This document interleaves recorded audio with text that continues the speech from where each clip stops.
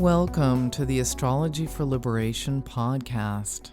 I'm Elisa, your astrologer and guide, and I'm back as the moon enters Gemini, and this eases the tension that you may have felt under the Taurus Moon as it activated Mars, as it passed over the realities of Saturn in Aquarius.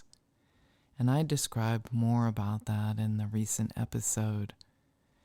Now it's time to make sense of things as your mind gets busy with the Gemini perspective. There's the inclination to share information, to get new perspectives on life. And the moon in Gemini is keenly aware of all the information Mercury in Aries sparks. There's a lot going on.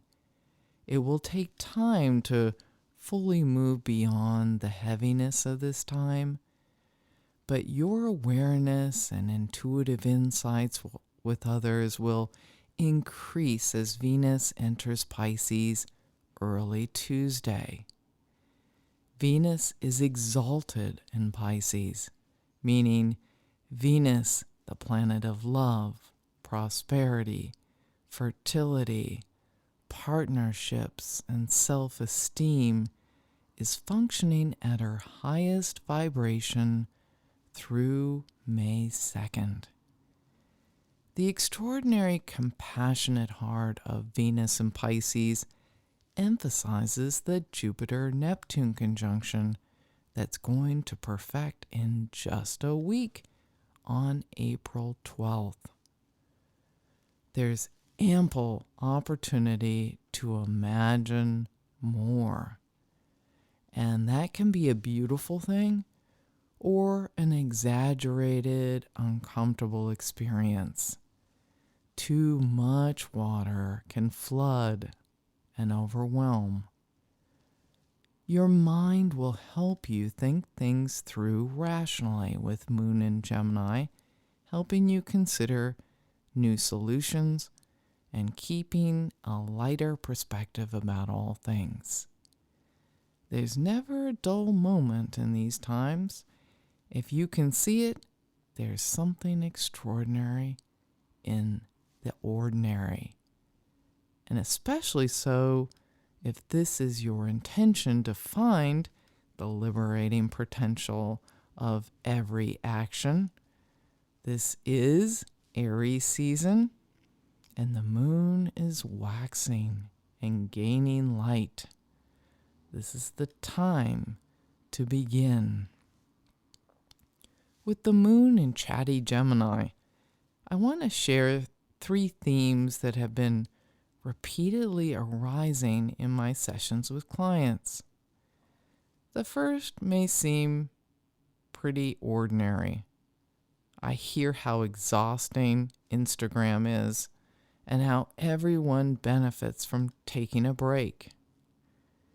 However, there's the belief that one has to be on there to be a successful business person, to be known for one's gifts. And I ask, is that really true? There are 1 billion users on Instagram. There are 3.5 billion on TikTok. And there are about 5.5 billion just on the internet. I mean, the whole internet web. And so there are a lot of people out there, and they're likely searching for connection, really is what everyone is seeking on some level, especially as Venus moves into Pisces. It's really your conversations that will create the authentic relationships that will continue to grow. And in these times, it's especially hard to trust what's real and what's not on social platforms. It's the real connections that matter right now. And you can sense what's real. And the moon in Gemini is curious, but it doesn't connect with anything for most of Tuesday.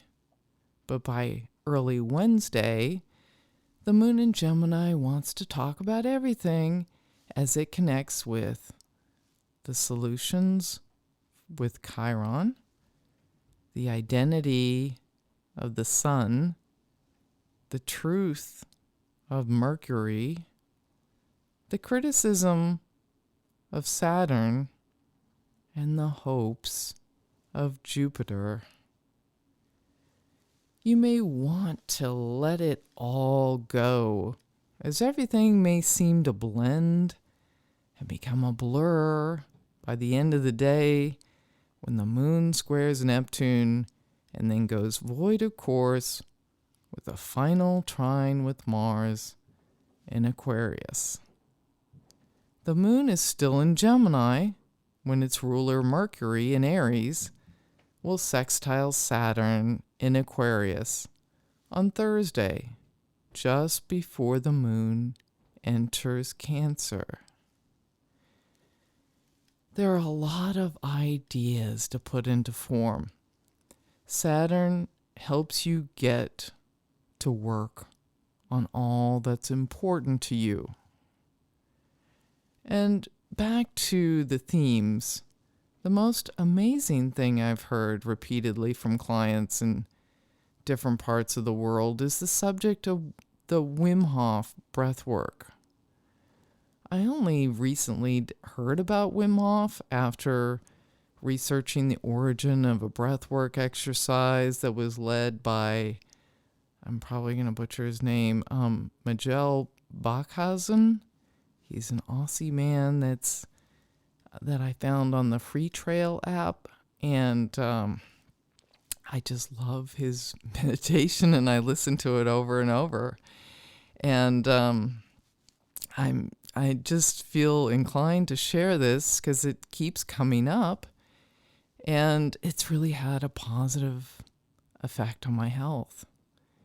I dug deeper and discovered its influence by Wim Hof technique, and even deeper to discover the similarity to Tumo breathing, which is an ancient Tibetan practice to create inner fire. Breath is air, and so this relates to the air element of Gemini and Libra and Aquarius. How you breathe affects your mind. I've been using this style of breath work to create more energy in the cold, damp winter that it's been in Portland, Oregon.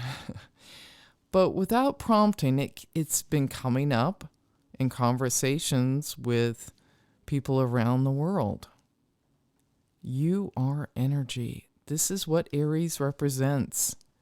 It's important to stoke your inner fire with air and keep increasing your light to be able to create the connections you want in life. Finally, the third subject that keeps coming up that's aligned with Venus entering Pisces and the moon's entry into Cancer on Thursday and Jupiter and Neptune, the Jupiter-Neptune conjunction that's coming together, is the triple goddess archetype of Maiden, Mother, Crone that reflects the essence of the sacred feminine in the waxing, full, and waning cycle of the moon. Within a world that hammers our psyches with the shadow masculine in the forms of war and other aggressions to control for power and competitive dominance, the moon still turns and holds the feminine balance for us to imagine how to co-create a peaceful world. Every cycle begins like the youthful beginnings of Aries and the waxing cycle of the moon, which is where we are now. All will evolve to the powerful fulfillment of the full moon. And then the light will decline with the wisdom of time under the waning moon. This knowing has been hidden yet woven into all of history. Yet somehow we accept a dissociation to rule over our true nature. With Venus joining Jupiter and Neptune in Pisces, and then Mars in Pisces, it's time to be concerned for the well-being of all and the planet we live on.